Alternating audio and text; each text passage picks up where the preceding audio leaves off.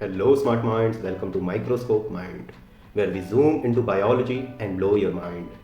Hi everyone, I hope you all are good. Welcome back to Microscope Mind.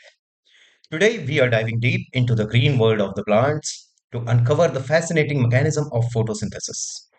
So, the process that fuels up the life on Earth, we are going to uncover that and we are going to read that, study that and understand that deeply. तो अब हम start करने वाले हैं बेटा mechanism of photosynthesis जो कि एक बहुत ही इंपॉर्टेंट टॉपिक होता है जहां से क्वेश्चंस अच्छे बनते हैं। चलिए शुरू करते हैं mechanism of photosynthesis. So mechanism of photosynthesis includes बेटा mechanism of photosynthesis includes two types of reactions.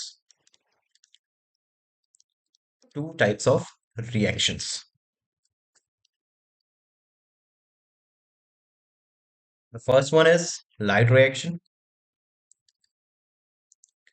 and second one is dark reaction, जैसा कि हमने डिस्कस किया हुआ है। Dark reaction, light reaction and dark reaction दो बेसिक प्रोसेसेस हैं जो कि कहां पर हो रहे हैं बेटा। अभी मैंने लास्ट क्लास में आपको बताया था सेल के अंदर एक ऑर्गेनेल पाया जाता है जिसको हम क्या बोलते हैं, प्लास्टिड या chloroplast. Chloroplast is a type of plastid, जिसके अंदर एक कॉइन लाइक स्ट्रक्चर पाया जाता है जिसको हम क्या बोलते हैं, थाइलाकोइड।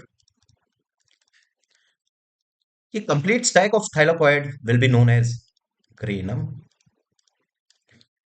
ऐसे ऐसे एक नहीं बहुत सारे स्टैक्स ऑफ थाइलाकोइड्स मिलते हैं या बहुत सारे ग्रेनम मिलते हैं, और वो जो स्ट्रक्चर बनाते हैं बेटा, वो जो स्ट्रक्चर बनाते हैं that are grana. Plural form is grana, singular form is granum. Okay, इसके अलावा ये जो ग्रेनम है एक दूसरे से आपस में कनेक्ट होते हैं थ्रू स्ट्रोमा लैमेले। स्ट्रोमा लैमेले, जो जो मैंने ग्रीन पार्ट्स बनाए हैं एक्सेप्ट द आउटर मेम्ब्रेन, जो जो मैंने ग्रीन पार्ट्स बनाए हैं except the outer membrane will be involve in the light reaction. बिल्कुल ध्यान से याद रखेंगे कि जो ग्रीन पार्ट्स मैंने बनाए हैं except the outer membrane, this membrane जो व्हाइट कलर से मैं ड्रॉ कर रहा हूं, इसको छोड़ करके अंदर के सारे ग्रीन पार्ट्स वो क्या करेंगे, लाइट रिएक्शन में इन्वॉल्व होंगे। जो ये बीच का एम्प्टी स्पेस है दो ग्रेनम के बीच में, या पूरा एम्प्टी स्पेस जहां पे ये ग्रेना और स्ट्रोमा लैमेले प्रेजेंट है, उस पूरे पोर्शन को हम बोलते हैं स्ट्रोमा। ओके, ये फ्लूइड फिल्ड मैट्रिक्स होता है। एक जो लाइन है एनसीईआरटी बहुत ही क्लियरली बोलती है that is there is there is clear cut division of labour, division of labour inside chloroplast. इसका क्या मतलब होता है, किसी को पता है क्या? इनसाइड क्लोरोप्लास्ट, ये टर्म कई बार यूज होता है बेटा। कौन सा term? That is division of labour. इसका क्या मतलब है? डिवीजन ऑफ लेबर का मतलब होता है बेटा कि क्लोरोप्लास्ट के अंदर जो अलग अलग यूनिट्स हैं, जो अलग अलग यूनिट्स हैं उनके पास अपने अपने स्पेसिफिक फंक्शंस है। जैसे मैंने बताया कि थाइलाकोइड के पास क्या हो रहा है, लाइट रिएक्शन, है ना, लाइट रिएक्शन। स्ट्रोमा लैमेले के पास क्या हो रहा है, सेम लाइट रिएक्शन। स्ट्रोमा के पास हो रहा है डार्क रिएक्शन। तो अपने अलग अलग फंक्शन सबको दिए गए हैं, डिवाइडेड हैं। इसी चीज को हम बोलते हैं डिवीजन ऑफ लेबर। तो क्लोरोप्लास्ट के अंदर सबके पास अपने अलग अलग फंक्शंस हैं। थाइलाकोइड एक मेम्ब्रेन बाउंड ऑर्गेनेल है, मेम्ब्रेनस सिस्टम पाया जाता है, जिसमें मैंने मेम्ब्रेनस सिस्टम में आपको दो चीजें बताई, थाइलाकोइड एंड स्ट्रोमा लैमेले। और जो फ्लूइड फिल्म मैट्रिक्स होता है वो स्ट्रोमा होता है जहां पे डार्क रिएक्शन चलती है। ये तो भाई हो गई लास्ट क्लास की बात इतनी। अब हम आगे ही बढ़ते हैं मैकेनिज्म ऑफ फोटोसिंथेसिस में कि लाइट रिएक्शन और डार्क रिएक्शन असल में है क्या। सबसे पहले हम स्टार्ट करेंगे बेटा लाइट रिएक्शन। लाइट रिएक्शन, तो मैंने जैसा कि अभी थोड़ी देर पहले बताया आपको कि लाइट रिएक्शन कहाँ पे होनी है। लाइट रिएक्शन जहां पे होगी वहां पे होगी जहां पे ग्रीन पार्ट्स हमने बनाए हैं। अब जहां पे हमने ग्रीन पार्ट्स बनाए हैं वहां लाइट रिएक्शन हो रही है, तो कैसे हो रही है भाई? सबसे फर्स्ट प्रोसेस क्या होगा, absorption of light. Absorption of light. दूसरा क्या होगा बेटा, splitting of water. Splitting of water. Third will be release of release of oxygen. क्या रिलीज होगा, ऑक्सीजन। याद रखेंगे कि हम हायर प्लांट्स की बात कर रहे हैं, ना कि कुछ लोअर ऑर्गेनिजम्स में जहां पे ऑक्सीजन रिलीज नहीं होता, क्योंकि वो water as a hydrogen donor नहीं यूज करते, वो हाइड्रोजन सल्फाइड यूज करते हैं। तो वहां पे ऑक्सीजन रिलीज नहीं होता। नेक्स्ट क्या बनेगा बेटा, 4 स्टेप में हम ये प्रोसेस पढ़ेंगे। चौथा step will be formation of high energy, formation of high energy compounds,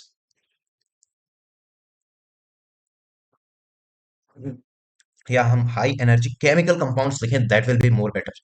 high energy chemical compounds.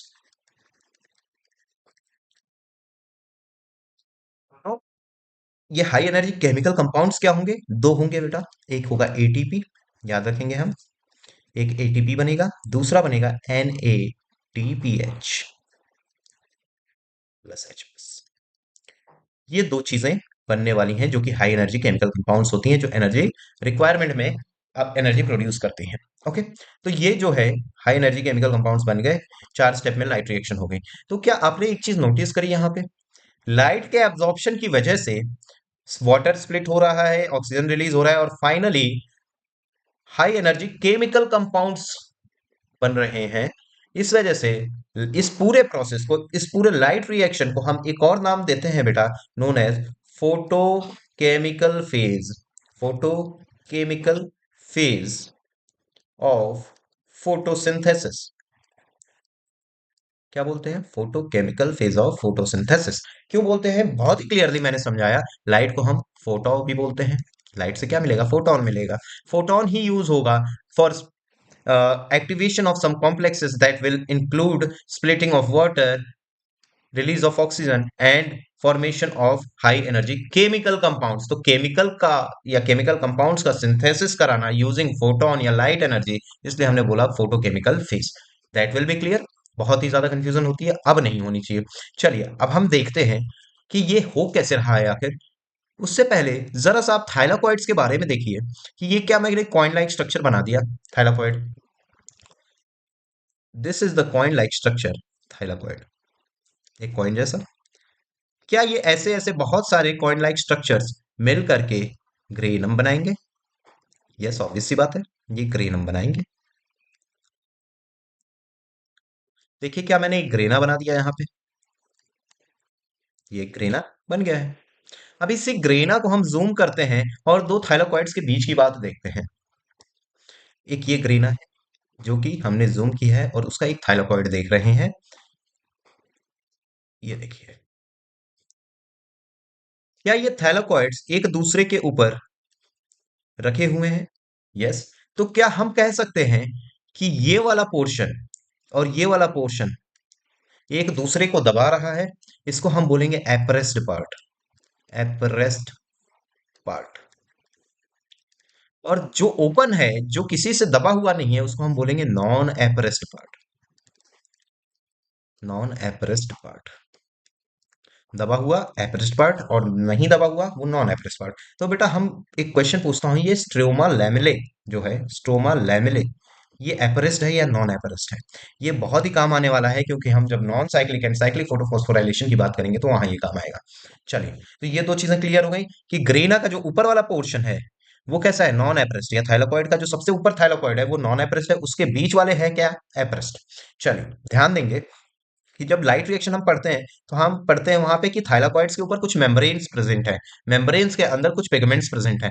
जो पिगमेंट्स हैं बेटा, वो पिगमेंट्स बहुत सारे हैं, पिगमेंट्स जो हैं वो बहुत सारे हैं, और यही पिगमेंट्स हैं responsible for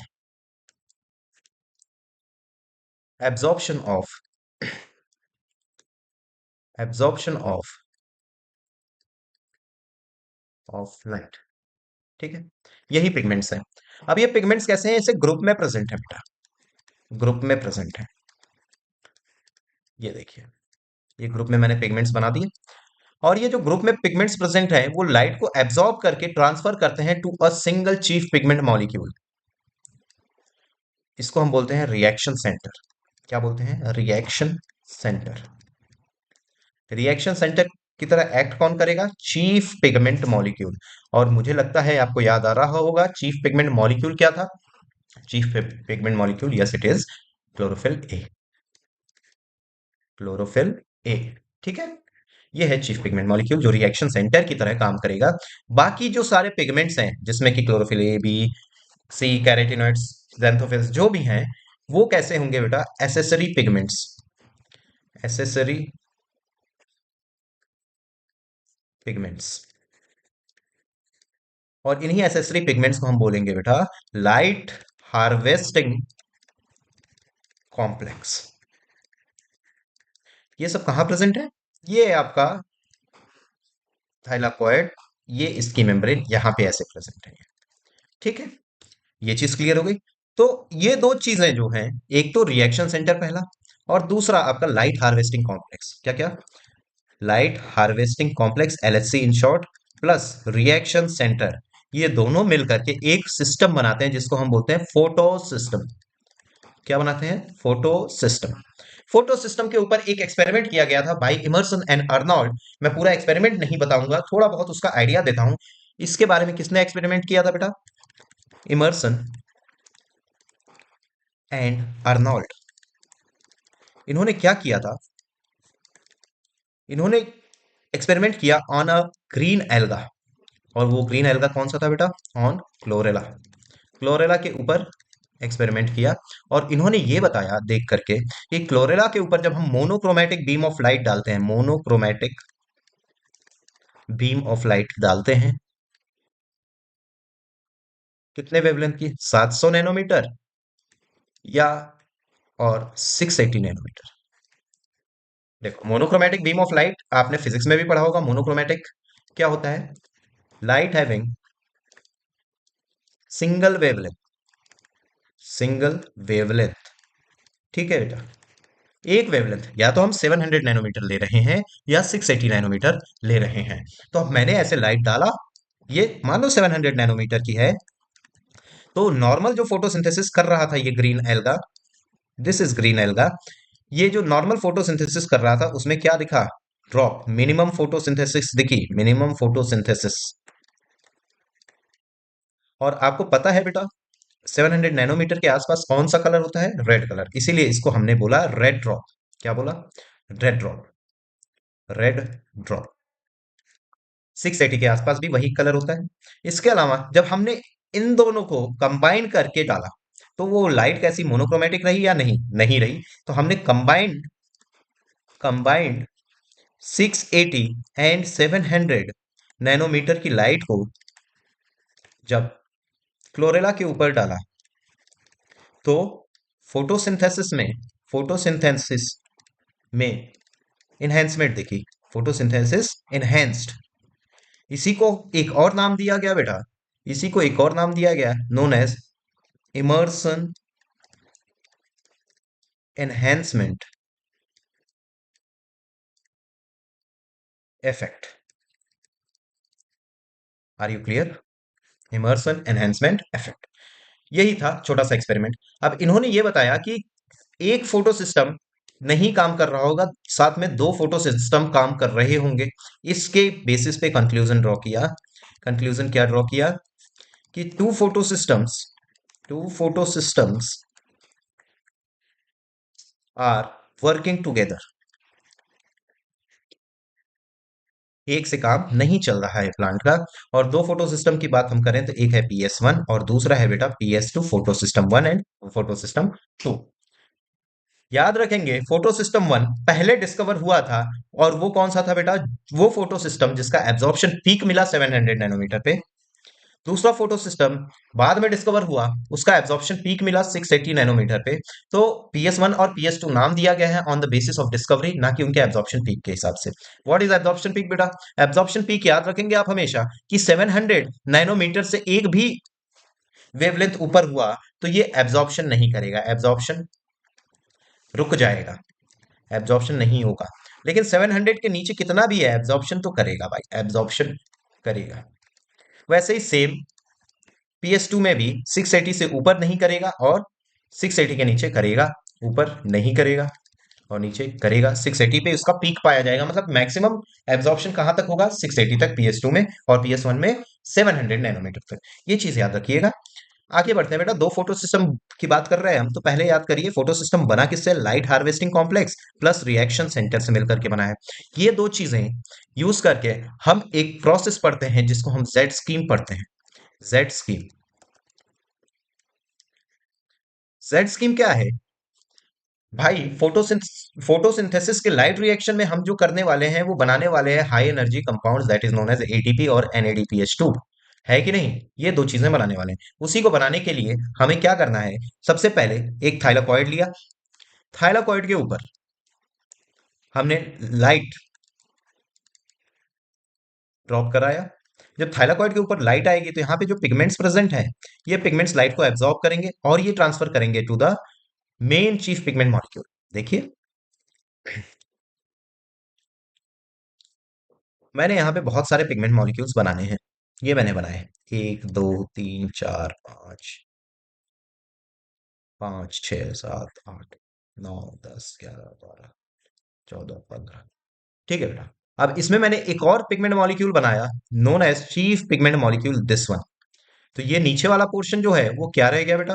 this portion is light harvesting complex LHC, और this portion is reaction centre जो कि क्लोरोफिल ए है। क्लोरोफिल ए है। जैसे ही थाइलाकॉइड के ऊपर लाइट गिरेगी, मतलब इन पिगमेंट्स पे लाइट गिरेगी, इन्हीं पिगमेंट्स को बेटा, जो लाइट हार्वेस्टिंग कॉम्प्लेक्स है, इन्हीं को हम बोलते हैं antenna molecules, antenna.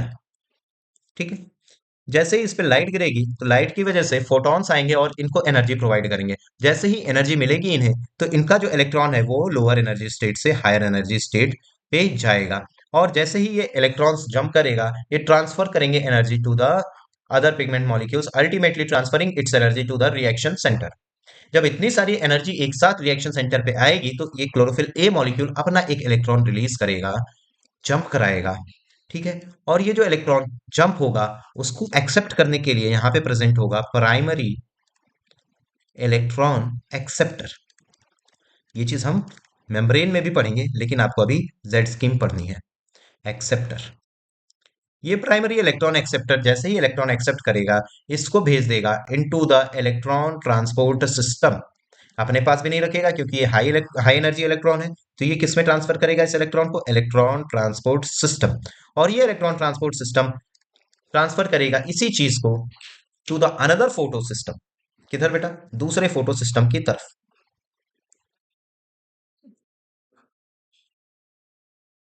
Late me draw here photosystem second. Yes.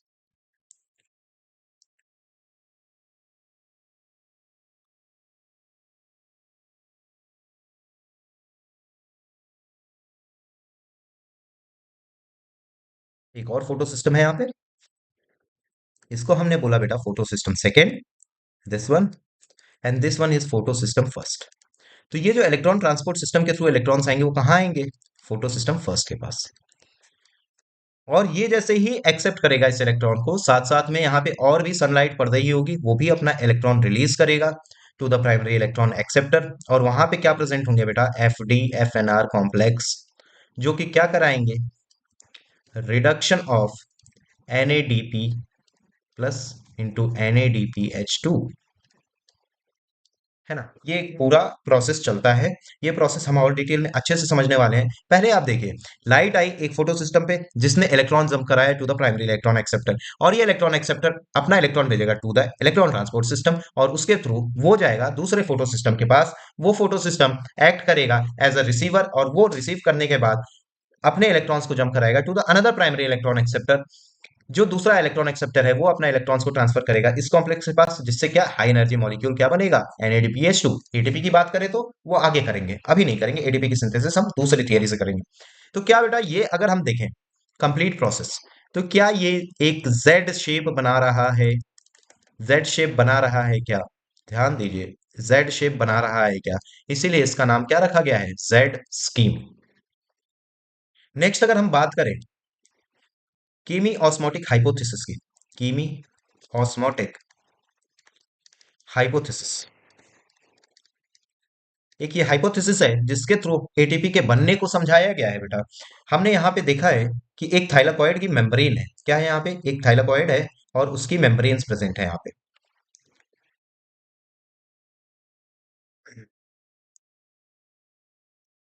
इसको यहां से देखते हैं। Let me bring it here.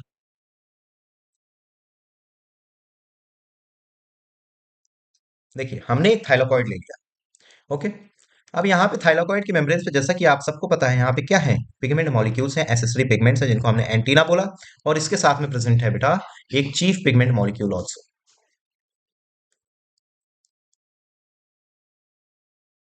एक चीफ पिगमेंट मॉलिक्यूल ऑल्सो इसकी बात करें तो ये यहाँ पे है। वैसे ही बहुत सारे पिगमेंट्स यहाँ पे भी प्रेजेंट है बेटा, दोनों तरफ ही प्रेजेंट है। एक थाइलाकॉइड के अंदर दोनों फोटो सिस्टम हो सकते हैं। देखिए, इसको हमने बोला फोटो सिस्टम सेकेंड, इसको हमने बोला फोटो सिस्टम फर्स्ट। अब जो फोटो सिस्टम सेकेंड है, इसके ऊपर हम क्या कर रहे हैं बेटा, लाइट का एब्जॉर्प्शन करा रहे हैं, लाइट का एब्जॉर्प्शन, क्योंकि सनलाइट आएगी, लाइट का एब्जॉर्प्शन होगा। अब ये लाइट का एब्जॉर्प्शन होने की वजह से ये इलेक्ट्रॉन्स ट्रांसफर होंगे टू द रिएक्शन सेंटर। ये क्या है, रिएक्शन सेंटर। रिएक्शन सेंटर पे इलेक्ट्रॉन जाने के बाद ये जो है ट्रांसमिट करेगा अपना या इमिट करेगा अपना इलेक्ट्रॉन, और वो कौन ले लेगा बेटा, एक इलेक्ट्रॉन एक्सेप्टर जिसको हम बोलते हैं फियोफाइटिन।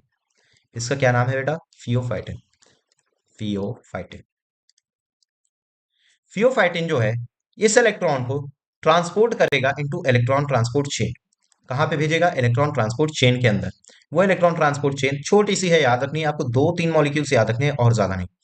ये इलेक्ट्रॉन्स को भेजेगा प्लास्टोक्विनोन के पास। प्लास्टोक्विनोन के पास जैसे ही इलेक्ट्रॉन्स का मूवमेंट होगा, ये क्या करेगा बेटा, ये इलेक्ट्रॉन कैरियर नहीं है, क्या है बेटा, प्रोटॉन कैरियर है। इसलिए ये थाइलाकॉइड के बाहर वाले एरिया से, जिसको हम स्ट्रोमा बोलते हैं, वहां से क्या ले लेगा, H+, और ये अपने आप को कन्वर्ट कर देगा into plastoquinol, PqH2। This is what, plasto, this is plastoquinol, and this is plastoquinol, plastoquinol. ठीक है, PqH2 में। अब PqH2 is not a very stable molecule. ये क्या करेगा, अनस्टेबल है तो अपने आप को स्टेबल मॉलिक्यूल में कन्वर्ट करने की कोशिश करेगा, दैट इज प्लास्टोक्विनोन। जो ये इलेक्ट्रॉन है अपना इलेक्ट्रॉन देगा to the cytochrome, cytochrome B6F complex. Electrons इसको देगा, प्रोटॉन्स को अंदर पंप करेगा, और ये अंदर वाला पोर्शन इज बेटा ल्यूमेन। तो यहाँ पे क्या आ जाएंगे, प्रोटॉन्स आ जाएंगे। ये प्रोटॉन्स जो हैं अंदर आ गए, अब ये कन्वर्ट हो जाएगा वापस से PQ में, प्लास्टोक्विनोन में। फिर ये इलेक्ट्रॉन एक्सेप्ट करेगा, फिर ये प्लास्टोक्विनोल में कन्वर्ट होगा, फिर प्लास्टोक्विनोन में कन्वर्ट होकर H+ अंदर देगा। ये इसकी साइकिल चलती है। जो इलेक्ट्रॉन आगे बढ़ गया साइटोक्रोम B6F के पास, किसके पास, B6F के पास जो गया, वो फिर से ट्रांसफर होता है to a complex known as plastocyanin. What is this बेटा, प्लास्टोसाइनिन, प्लास्टोसाइनिन। प्लास्टोसाइनिन के पास इलेक्ट्रॉन जाने के बाद ये ट्रांसफर होता है टू द फोटोसिस्टम फर्स्ट। ये छोटी सी आपकी इलेक्ट्रॉन ट्रांसपोर्ट सिस्टम है जो कि थाइलाकॉइड्स के ऊपर प्रेजेंट होता है, थाइलाकॉइड्स के मेम्ब्रेन के ऊपर प्रेजेंट होता है। दिस इलेक्ट्रॉन जो ट्रांसफर हुआ है फोटोसिस्टम 1 के पास, फोटोसिस्टम 1 के पास ट्रांसफर होने के बाद क्या हो रहा है, सबसे पहले देखिए बेटा, ये इलेक्ट्रॉन का ट्रांसफर हम कर क्यों रहे हैं, इन इलेक्ट्रॉन्स को ट्रांसफर करने की जरूरत क्यों है। तो इन इलेक्ट्रॉन्स को ट्रांसफर इसलिए करना है बेटा, क्योंकि अगर मान लो एक हमारे पास पिगमेंट मॉलिक्यूल है जिसपे हम कंटिन्यूअस लाइट एनर्जी डाल रहे हैं, जिसकी वजह से इलेक्ट्रॉन्स निकल रहे हैं, because of high energy electrons निकल रहे हैं, क्या बेटा इसके पास इलेक्ट्रॉन की डेफिशिएंसी होगी, ऑब्वियस सी बात है होगी। और वो जो इलेक्ट्रॉन की डेफिशिएंसी होगी, वो इलेक्ट्रॉन्स फिर कहां से आएंगे, तो पहले हम बात करते हैं फॉर फोटो सिस्टम 1। सो जो ये इलेक्ट्रॉन्स यहां से ट्रांसफर हुए टू द फोटो सिस्टम 1, वो इलेक्ट्रॉन्स कमी पूरी करेंगे of the electrons that will be emitted because of incident light जो कि इस फोटो सिस्टम पे गिर रही है। और ये जो फोटो सिस्टम है, इस पे लाइट गिरने की वजह से ये इलेक्ट्रॉन्स जो है एमिट करके आयरन सल्फर प्रोटीन को ट्रांसफर कर रहा है। This iron sulphur protein is a electron carrier not a proton carrier, जैसा कि प्लास्टोक्विनोन के बारे में हमने देखा था। तो ये जो इलेक्ट्रॉन कैरियर है, ये इलेक्ट्रॉन को फिर फर्दर ट्रांसफर करेगा टू द फेरेडॉक्सिन। फेरेडॉक्सिन पे इलेक्ट्रॉन्स जाते ही FNR कॉम्प्लेक्स एक्टिवेट होगा, जो कि NADP प्लस, NADP प्लस को रिड्यूस करेगा और क्या बनाएगा, NADPH प्लस H प्लस। ठीक है, यहां से ये इलेक्ट्रॉन आया, this electron will help NADP plus to reduce itself by adding hydrogen ions from stroma and converting itself into the NADPH2. This is what, NADPH2। ये कंप्लीट प्रोसेस था electron transport system का। अच्छा, एक चीज जरा ध्यान देना, अभी तक हम कर क्या रहे हैं, शुरुआत से लेकर अभी तक हमने कुछ नहीं किया, बस हमने देखा कि ये जो आपका क्लोरोप्लास्ट है, क्लोरोप्लास्ट में बहुत सारे आपके थाइलाकोइड्स प्रेजेंट हैं। इन्हीं थाइलाकोइड्स के ऊपर इन्हीं थाइलाकोइड्स के ऊपर जब लाइट इंसिडेंट हो रही है, तो ये लाइट यहाँ पे इंसिडेंट हो रही है, और यहाँ पे इंसिडेंट होने की वजह से लाइट जो पिगमेंट्स प्रेजेंट हैं वो इलेक्ट्रॉन्स रिलीज करा रहे हैं। ये इलेक्ट्रॉन्स रिलीज करा रहे हैं। मैंने ये क्या ड्रॉ किया है, दिस इज बेटा थाइलाकॉइड, है ना। थाइलाकॉइड को हमने ड्रॉ किया है, इसी को जूम करके देखा है कि क्या हो रहा है। ठीक है, आगे बढ़ते हैं। तो because of this transfer electron की डेफिशिएंसी हुई यहाँ पे फोटो सिस्टम फर्स्ट के पास, तो वो इलेक्ट्रॉन्स किसने दिए, फोटो सिस्टम टू ने। क्या लगातार लाइट फोटो सिस्टम सेकेंड पर भी गिर रही है? यस, सेकेंड पर भी लगातार लाइट गिर रही है, इसकी वजह से इलेक्ट्रॉन निकल रहा है। जी हाँ, बिल्कुल निकल रहा है। तो इस इलेक्ट्रॉन की डिफिशियंसी को कौन पूरा करेगा, तो हम बोलेंगे यहाँ पे एक कॉम्प्लेक्स प्रेजेंट है जिसका नाम हम लिख रहे हैं बेटा ऑक्सीजन इवॉल्विंग कॉम्प्लेक्स, OEC लिख रहे हैं। इसी का दूसरा नाम जो होता है वो है वाटर स्प्लिटिंग कॉम्प्लेक्स। अब इसका फंक्शन क्या है, इट विल स्प्लिट वाटर। यहाँ पे हमने 2H2O लिया रिएक्शन बैलेंस करने के लिए, तो यहाँ पे कौन सी रिएक्शन चलेगी, 4H प्लस निकलेगा, 4 इलेक्ट्रॉन निकलेंगे, साथ में ऑक्सीजन निकल जाएगा। यस, मॉलिक्यूलर ऑक्सीजन निकाला है हमने। जो ये ऑक्सीजन निकला वो ऑक्सीजन डिफ्यूज हो जाएगा फ्रॉम द मेम्ब्रेन्स ऑफ थाइलाकोइड्स, क्योंकि ये लिपिड बाइलेयर की बनी है, तो ये नॉन पोलर मॉलिक्यूल्स को इजिली डिफ्यूजन के थ्रू बाहर निकाल सकता है या अंदर एंट्री करा सकता है। लेकिन जो ये H प्लस बने हैं, ध्यान दीजिएगा बेटा, जो ये H प्लस बने हैं, दीज H प्लस आयंस, ये H प्लस इसमें एक्यूमुलेट हो रहे हैं, और ये कौन सा प्लेस है जहां पे ये एक्यूमुलेट हो रहे हैं, this is lumen, this is nothing else but it is lumen. तो ल्यूमेन में ये H प्लस इकट्ठा हो रहे हैं। क्या इन H प्लस के इकट्ठा होने की वजह से बाहर का H प्लस जो था उसके कंपैरिजन में अंदर H प्लस का अमाउंट बढ़ गया? H प्लस का अमाउंट बढ़ने की वजह से क्या बढ़ जाएगा बेटा, acidity will be increased because of increase in H plus ions, और इसकी वजह से H प्लस जब अंदर ज्यादा है बाहर कम है, तो एक प्रोटॉन ग्रेडियंट क्रिएट होता है, प्रोटॉन ग्रेडियंट। ठीक है, अब ये जो प्रोटॉन ग्रेडियंट क्रिएट हुआ है, इस प्रोटॉन ग्रेडियंट को ब्रेक करना पड़ेगा हमें, तो हमें क्या करना पड़ेगा बेटा, दोबारा से देखते हैं वहीं पे जो प्रोटॉन ग्रेडियंट क्रिएट हो रहा है। यहाँ पे बहुत सारे H प्लस प्रेजेंट हैं, और ये जो H प्लस हैं ये हायर कॉन्सेंट्रेशन में है इनसाइड द ल्यूमेन, है ना। इनका कॉन्सेंट्रेशन ल्यूमेन में ज्यादा है। अब ल्यूमेन के बाहर क्या है, मेम्ब्रेन्स, मेम्ब्रेन्स के जस्ट बाहर क्या है, तो वो है स्ट्रोमा। स्ट्रोमा में कंपैरेटिवली H प्लस का नंबर कम हो गया, तो इनको जो है मूव कराने के लिए from lumen to stroma there will be the requirement of F0 and F1 particles. This is F0, this is F1। जो H प्लस है जैसे ही F0 के थ्रू पास होगा, F1 पार्टिकल्स के अंदर कुछ कन्फर्मेशनल चेंजेस हो जाएंगे, कन्फर्मेशनल चेंजेस। कुछ कन्फर्मेशनल चेंजेस होने की वजह से यहां पर क्या सिंथेसिस होगी, एटीपी की सिंथेसिस होगी। एडीपी क्या यूज करेगा, इनऑर्गेनिक फॉस्फेट। एक्चुअली जब ये H प्लस मूव करता है F0 के थ्रू, तो वो एनर्जी प्रोवाइड करता है for F1 particles to convert ADP into the molecule known as ATP.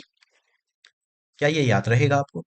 वो कंप्लीट प्रोसेस होने के बाद जो H प्लस ग्रेडियंट क्रिएट हुआ है या प्रोटॉन ग्रेडियंट क्रिएट हुआ है, उसकी वजह से एटीपी का सिंथेसिस होगा। क्या इलेक्ट्रॉन्स की वजह से, इलेक्ट्रॉन्स की वजह से यहाँ NADPH बना है? यस। क्या इलेक्ट्रॉन की वजह से प्रोटॉन ग्रेडियंट बना है, और प्रोटॉन ग्रेडियंट की वजह से क्या हुआ है बेटा, एटीपी का फॉर्मेशन। यहाँ पे अल्टीमेटली हमने जो पाना था वो पा लिया। चलिए, तो मैंने क्या बोला था आपसे कि जो आपका लाइट रिएक्शन है, लाइट रिएक्शन जो चलेगा उसके अंदर 4 प्रोसेसेस हमें पढ़नी है। पहला वाज एब्जॉर्प्शन ऑफ लाइट, जो कि light harvesting complex plus reaction centre सबने किया, एब्जॉर्प्शन। दूसरा दूसरा क्या था, स्प्लिटिंग ऑफ वाटर। क्या वाटर को हमने तोड़ा? यस। कहाँ पे, ऑक्सीजन इवॉल्विंग कॉम्प्लेक्स के पास स्प्लिटिंग ऑफ वाटर हुई। और splitting of water oxygen evolving complex जो कर रहा है वो कहाँ लोकेटेड है बेटा, तो हम बोलेंगे इनसाइड द इनर मेम्ब्रेन। किधर बेटा, यहाँ पे था OEC, तो inside the inner membrane of thylakoid हम बोलेंगे। तीसरा, क्या वाटर के स्प्लिटिंग की वजह से ऑक्सीजन का इवोल्यूशन हुआ, ऑक्सीजन इवॉल्व हुआ? Yes, oxygen evolution. और चौथा, formation of high energy chemical intermediates NADPH2 plus ATP, ये दोनों भी हमने बना लिया। तो क्या हमने लाइट रिएक्शन कंप्लीट कर ली? यस, कर ली। अब ध्यान देंगे बेटा, ये जो दो फोटो सिस्टम है, दो फोटो सिस्टम है PS1 एंड PS2, कहाँ लोकेटेड है? On the membranes of the thylakoid. ये जो थाइलाकॉइड की मेम्ब्रेन है, याद करेंगे कि हम दो टाइप की पढ़ रहे हैं। एक तो उसका पार्ट है जो कि है एप्रेस्ड, जो दबा हुआ है, एप्रेस्ड, और दूसरा है नॉन एप्रेस्ड, नॉन एप्रेस्ड। देखिए, जो आपका नॉन एप्रेस्ड पार्ट है, याद रखना पड़ेगा आपको कि वहां पे सिर्फ फोटो सिस्टम 1 मिलेगा और एप्रेस्ड पार्ट पे फोटो सिस्टम 2 मिलेगा। जो नॉन एप्रेस्ड पार्ट है, तो वहां पे फोटो सिस्टम 2 मिल रहा है, सॉरी फोटो सिस्टम 1 मिल रहा है, और जहां एप्रेस्ड पार्ट है वहां फोटो सिस्टम 2 मिल रहा है। साथ साथ में यहाँ पे फोटो सिस्टम 1 भी मिल सकता है। इसका मतलब क्या है कि जो आपका फोटो सिस्टम 2 और फोटो सिस्टम 1 मिला करके रिएक्शन चल रही थी, जिसको हम जेड स्कीम के द्वारा पढ़ रहे थे बेटा, ये जेड स्कीम एक तरीके का नॉन साइक्लिक प्रोसेस है, non cyclic process. This non cyclic process helps in the this non-cyclic process helps in the formation of energy, है ना? इसीलिए हम इसको बोलते हैं बेटा नॉन साइक्लिक फोटोफॉस्फोराइलेशन, फोटोफॉस्फोराइलेशन। क्योंकि इस नॉन साइक्लिक प्रोसेस के थ्रू हम एनर्जी बना रहे हैं यूजिंग लाइट, है ना? लाइट अगर नहीं होगी तो इलेक्ट्रॉन्स का एमिशन नहीं होगा, इलेक्ट्रॉन्स का एमिशन नहीं होगा तो फिर एनर्जी का फॉर्मेशन नहीं होगा। तो इस लाइट रिएक्शन को हम दो पार्ट में पढ़ते हैं, एक तो बेटा नॉन साइक्लिक फोटोफॉस्फोराइलेशन, दूसरा होगा बेटा साइक्लिक फोटोफॉस्फोराइलेशन, साइक्लिक फोटोफॉस्फोराइलेशन। जो साइक्लिक फोस्फोराइलेशन है, उसको हम थोड़ा ध्यान से देखेंगे नेक्स्ट लेक्चर में, लेकिन अभी आपके लिए नॉन साइक्लिंग ही पढ़ना है इस टॉपिक पे। अगर हम एनसीईआरटी की बात करें, चलिए एनसीईआरटी क्या कहती है लाइट रिएक्शन के बारे में, चलिए देखते हैं। एनसीईआरटी कहती है बेटा लाइट रिएक्शन क्या है, कि लाइट रिएक्शन और द फोटोकेमिकल फेज, क्या बोला मैंने? फोटोकेमिकल फेज, लाइट रिएक्शन को ही फोटोकेमिकल फेज बोला है। इंड्यूस लाइट एब्जॉर्प्शन, सबसे पहला प्रोसेस बेटा लाइट का absorption, absorption of light, light absorption. उसके बाद लाइट एब्जॉर्प्शन के बाद water splitting and oxygen release. फिर लिखा है and formation of high energy chemical intermediates, किसकी बात कर रहा है? एटीपी और NADPH की बात कर रहा है। सेवरल प्रोटीन कॉम्प्लेक्सेस की बात करें तो बेटा हम क्या क्या बात कर सकते हैं? एक तो हमारे पास प्लास्टोक्विनोन था, इसके अलावा और क्या था? साइटोक्रोम्स थे, और क्या था? प्लास्टोसाइनिन था। ये प्रोटीन कॉम्प्लेक्सेस हैं, are involved in this process. The pigments are organized into two discrete photochemical light harvesting complexes within photosystem 1 and 2. तो बेटा जो हमने PS2 पढ़ा और PS1 पढ़ा, दोनों के पास अपना LHC है और अपना रिएक्शन सेंटर है, RC है। यहाँ पे भी LHC है और RC है, दोनों ही चीजें प्रेजेंट हैं। इसलिए ये चीज आप पढ़ सकते हैं, discrete photochemical light harvesting complexes within photosystem 1 and photosystem 2। These are named in the sequence of their discovery. मैंने बताया कि ये जो है आपके फोटो सिस्टम 1 एंड 2 डिस्कवरी के बेसिस पे है, ना कि उनके फंक्शनिंग पे। The light harvesting complex are made up of 100 pigment molecule bound to proteins. बेटा ये 100 बोला है, नंबर याद करना है, वो याद कर सकते हैं आप, 250 टू 400 पिगमेंट मॉलिक्यूल्स है, ठीक है? Each photosystem has all the pigments except one molecule of chlorophyll A. तो सारे फोटोसिंथेसिस के लिए जो पिगमेंट्स यहाँ पे इन्वॉल्व है लाइट हार्वेस्टिंग कॉम्प्लेक्स में, सारे के सारे हैं pigment except one molecule of chlorophyll A that will be acting as the reaction centre, है ना? और जो अदर पिगमेंट मॉलिक्यूल्स हैं, एसेसरी पिगमेंट्स हैं, उनको हम एंटीना भी कहते हैं। These pigment help to make different wavelength of light. The single chlorophyll A molecule, the single chlorophyll A बेटा, the single chlorophyll A molecule forms the reaction centre. The reaction centre is different in both the photosystem. हर अलग अलग photo system के अंदर अलग अलग reaction centre है, लेकिन वो होगा क्या बेटा? क्लोरोफिल ए ही होगा। The reaction center is different in both the photosystems. In PS1, the reaction center chlorophyll A has an absorption peak of 700 nanometre, इसीलिए हमने इसको क्या बोला? फोटो सिस्टम 1 को हमने बोला P700 बोल दिया। और PS2 का एब्जॉर्प्शन पीक आएगा 680 नैनोमीटर, इसलिए हमने इसको बोला P680। अंडरस्टूड? तो कभी कभी क्वेश्चन ऐसे भी पूछते हैं मैच द फॉलोइंग में, यहाँ दे दिया PS1, यहाँ दे दिया PS2, और पूछ दिया इसके सामने ये करेक्टली मैच है क्या? 680 P680 P700, तो कहोगे नहीं, ये करेक्टली मैच नहीं है, ये ऐसा होना चाहिए। PS2 इज 680 और PS1 is 700।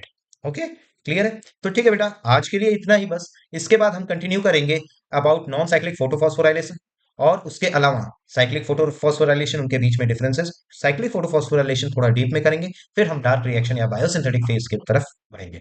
Thank you so much, have a nice day.